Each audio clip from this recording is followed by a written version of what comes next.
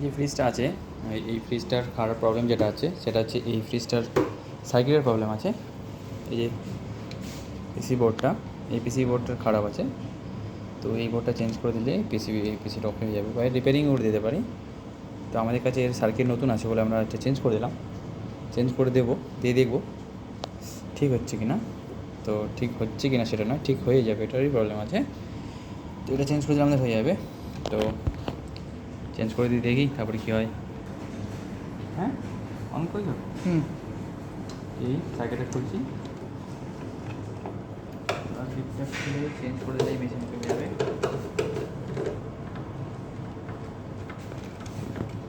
এই সার্কিটটা এটা খারাপ আছে, এটা চেঞ্জ করে দিলে হয়ে যাবে।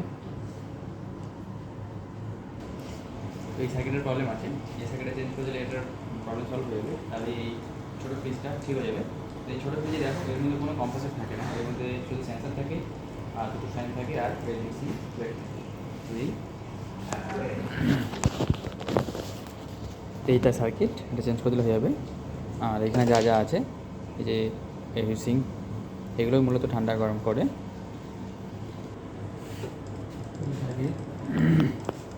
লাগিয়ে দিচ্ছি, এখন সার্কিট চলে আসছে, লাগিয়ে দিলে ওপেন হবে।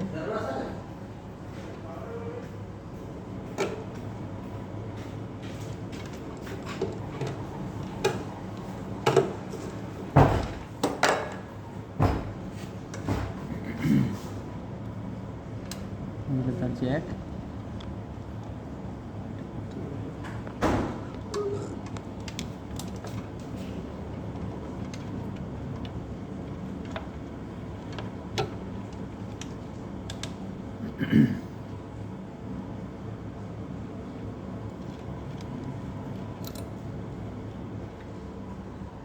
এটা হচ্ছে ফ্যানের জ্যাক, এটা এটা ফ্যানের জ্যাক, এটা হচ্ছে হিটসিং যে এটা আছে, হিটসিং যে কন্ট্রোলারটা আছে, হিটসিং টিউব বা হিটসিং প্লেট, পেল্টিয়ার যেটাকে বলা হয়, তার জ্যাক। এটা হচ্ছে সেন্সার, যে এই ফ্রিজের ভিতরে কত টেম্পারেচার মেনটেন হচ্ছে তার সেন্সার।